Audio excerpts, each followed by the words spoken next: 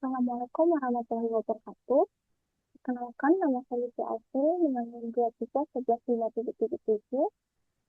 Dan pada kesempatan kali ini, saya akan menjelaskan tentang proyek saya, yaitu analisis data dan rekomendasi game develop berdasarkan konten dan popularitas.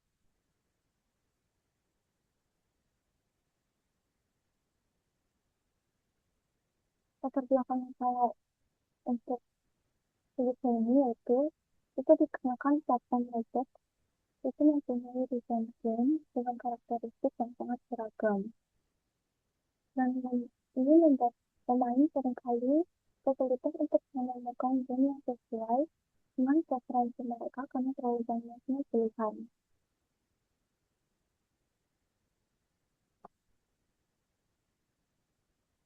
Dan dari sini, tujuan proyek saya yang pertama, mengelompokkan game berdasarkan karakteristik pengguna menggunakan clustering. Yang kedua, membuat sistem rekomendasi yang bisa suggest game yang relevan. Yang ketiga, memprediksi rating game berdasarkan engagement metric. Jadi untuk menyelesaikan tujuan ini, saya menggunakan tiga pendekatan. Yang pertama, common clustering untuk segmentasi game. Yang kedua, content-based dan popularity-based filtering untuk sistem rekomendasi.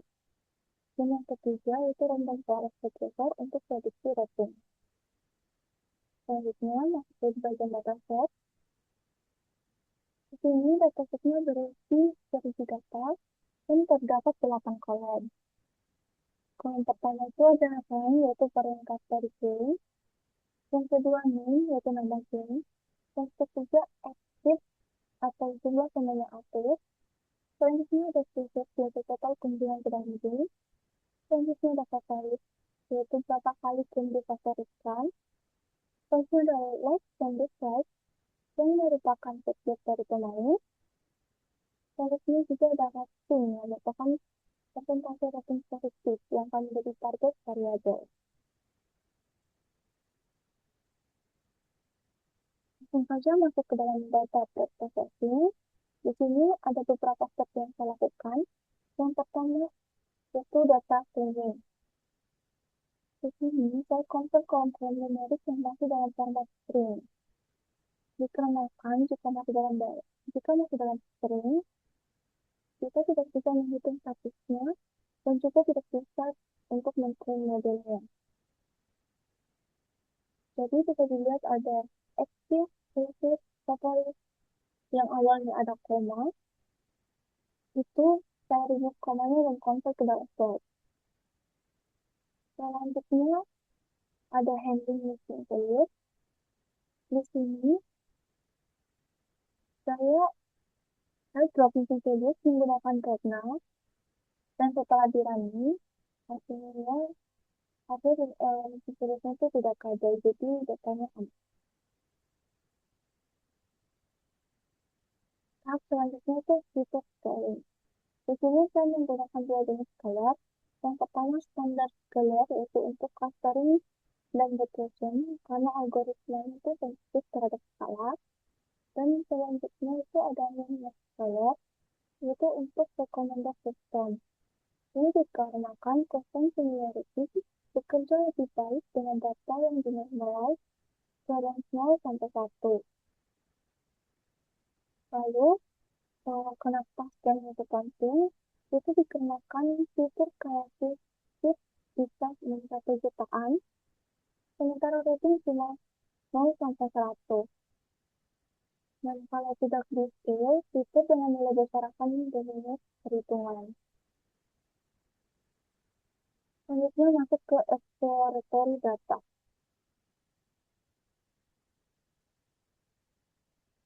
Bisa dilihat di sebelah kiri. Ini adalah data distribution of active players. Distribusinya sangat baik, yaitu miring ke kanan. Mayoritas timnya memiliki active players di bawah 100.000. Lalu sangat sedikit game yang memiliki active players di atas 200.000. Lalu outlier ekstrim itu Beberapa game mencapai 400.000 sampai 500.000 active player. Lalu implikasinya, pasar Roblox juga masih ada game dengan tanda sedikit dengan beberapa game yang mendominasi.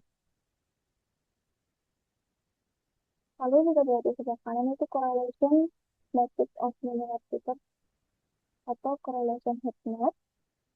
Bisa dilihat korelasi tinggi antar fitur itu ada like versus like, yaitu 0,87 dengan korelasi sangat tinggi, dan menunjukkan game yang banyak like juga banyak dislike-nya. Lalu ada fisik dan fisik versus like, yaitu 0,77 dan dislike-nya itu 0,81. Grafiknya tinggi menghasilkan engagement tinggi, baik positif maupun negatif. Lalu ada fisik versus aktif yaitu 0,75, itu kunjungan berkorelasi dengan pemain aktif. Lalu ada korelasi dengan rating atau target, karena korelasi rendah sekitar 0,2 dengan rating. Lalu yang tertinggi itu like 0,18, itu sedikit bersinar positif. Lalu yang terendah itu dislike di 0,17, 0,017, hampir tidak terpengaruhi. Lalu implikasinya itu cukup menarik sendiri dan cukup untuk memprediksi rating dan membandingkan fitur lain. Selanjutnya ada scatter plot like versus dislike. Konsentrasi utamanya itu data berkumpul di area kiri bawah, yaitu like rendah dan dislike rendah. Lalu beberapa titik di kanan atas, like tinggi, dislike-nya juga tinggi. Jadi ini menunjukkan sering like-nya like, dislike juga cenderung sering naik. Lalu di sebelah kanan sudah ada hasil dari top 10 game dari active player dan top 10 game dari rating. Dan bisa dilihat hasilnya juga cukup berbeda. Dan ini menunjukkan bahwa game dengan rating tertinggi belum tentu juga game yang merupakan paling populer. Selanjutnya untuk ke bagian clustering. Di sini di sebelah kiri ada LB method yang menunjukkan penurunan drastis dari 23,750 ke 2,850, jadi dari kedua ke ketiga. Lalu elbow point-nya ke maksimal di ketiga atau keempat. Ketiga itu 2850 dan keempat 221, 226. Lalu setelah keempat, penilaiannya lebih serius. Lalu di sebelah kanan ada serius skornya. Dan tertinggi itu bisa 2 dengan 0,85, yaitu clusteringnya sangat baik. Lalu menurun ke ketiga, yaitu 0,68, dan keempat 0,45.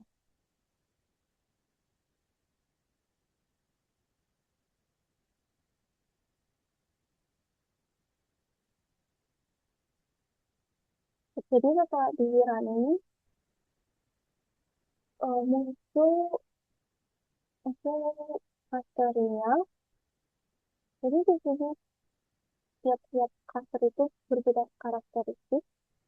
Cluster 0 itu cluster yang berisi konten dengan engagement rendah, rating rata-rata di bawah standar, dan popularitas yang terbatas.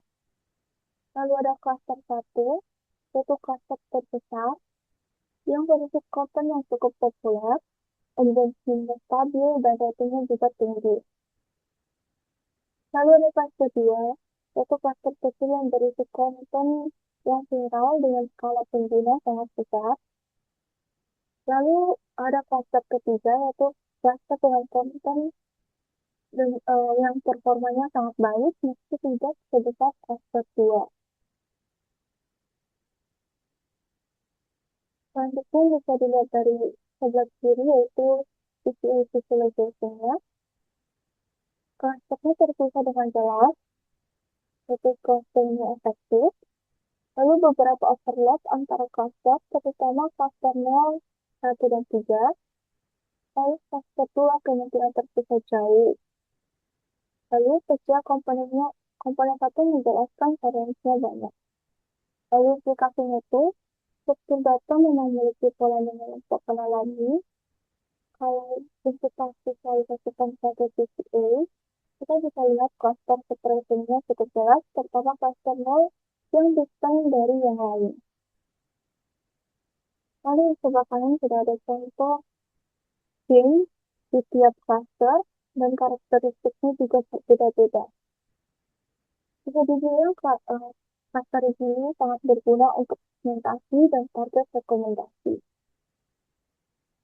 Lalu kita masuk ke sistem rekomendasi. Pertama, di sini kita membuat kelas objek di rekomender dengan 3 metode rekomendasi. Rekomendasi yang pertama itu content based recommendation. Di sini pakai content similarity untuk mencari game yang mirip berdasarkan fitur. Jadi, kalau misalnya pengguna menyukai game A, sistem juga akan merekomendasikan game dengan karakteristik engagement, rating, dan popularity yang sama. Lalu selanjutnya ada popularity based recommendation. Ini merupakan rekomendasi yang berdasarkan popularity score atau skor popularitas yang berguna untuk trending section atau untuk player baru yang belum mempunyai preferensi. Lalu selanjutnya ada hybrid recommendation. Di sini untuk ujungnya saya kasih bobot 60% untuk similarity dan 40% untuk popularity. Dikarenakan tema prioritasnya relevan, tetapi tetap consider popularity biar tidak merekomendasikan game yang masih kurang.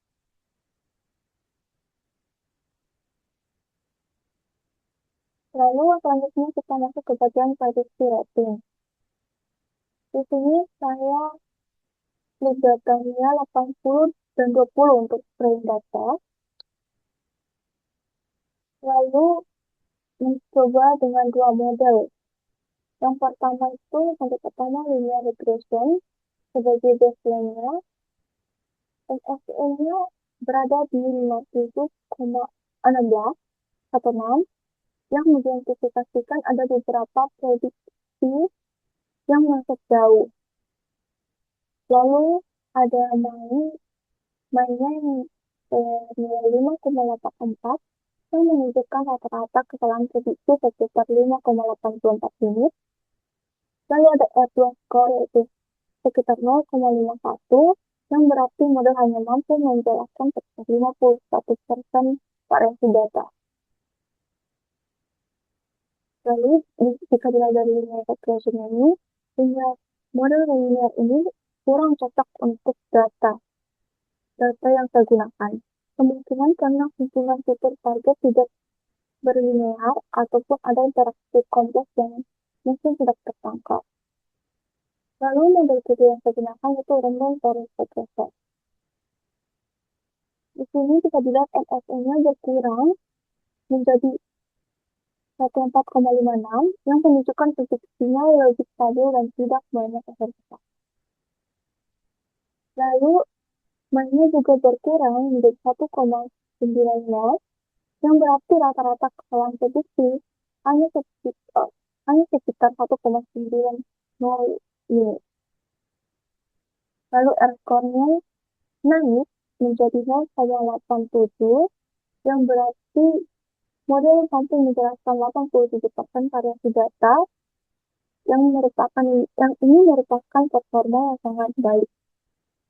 Lalu kesimpulan dari Random Forest ini, Random Forest jauh lebih baik dalam memodelkan data ini karena mampu menangkap pola yang linear dan interaksi antar fitur.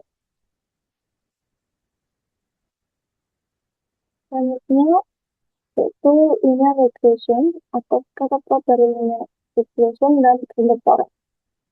Di sebelah kiri kita bisa lihat linear regression-nya. Titik-titiknya itu tersebar lebih jauh dari garis diagonal, di mana garis diagonal itu prediksi atau aktual, lalu pola sebarannya lebih acak. Ini menunjukkan model kurang mampu menangkap pola data.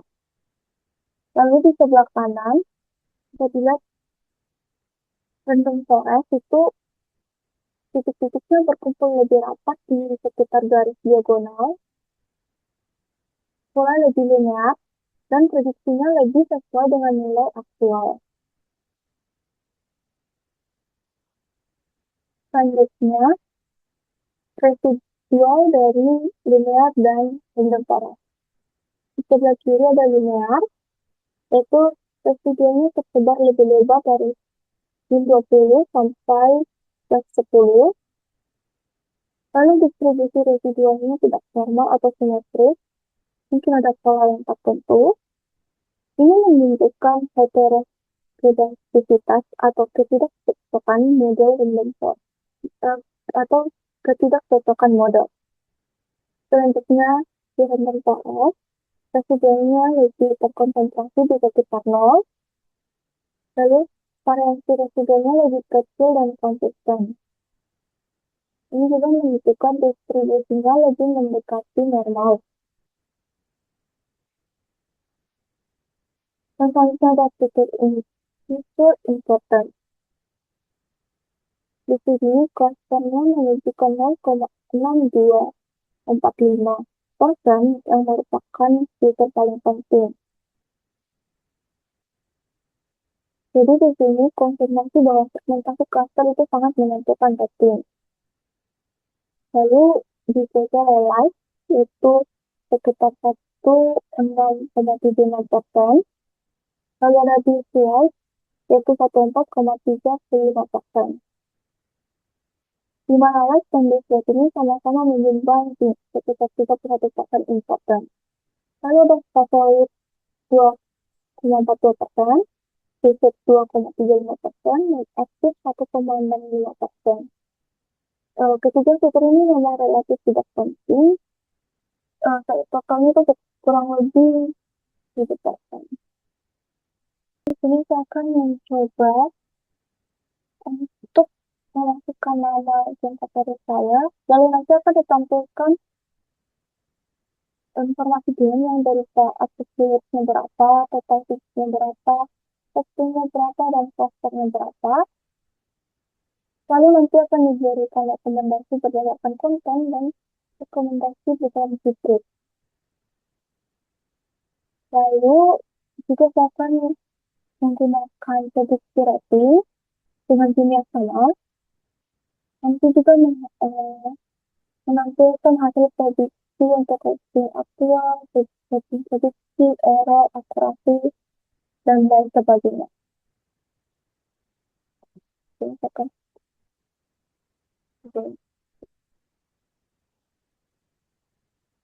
dan juga untuk memasukkan nama datanya itu, nama jenis itu harus sesuai. Karena kalau tidak sesuai ataupun misalnya hurufnya itu tidak sama, ada yang besar atau kecil, nanti akan menampilkan data menampilkan informasi kalau nama jenis itu tidak ada dalam data. Nah, di sini saya sudah memasukkan nama itu. Dan bisa dilihat informasi jenis itu active playernya ada 1, total visitnya 1, ratingnya berada di 0,92% dan berada di cluster 2. Lalu di sini juga ada rekomendasi game yang saya masukkan, kemudian konsisten dan hybrid. Dan bisa dilihat rekomendasinya itu hampir mirip. Saya akan masukkan nama game yang sama untuk memprediksi ratingnya.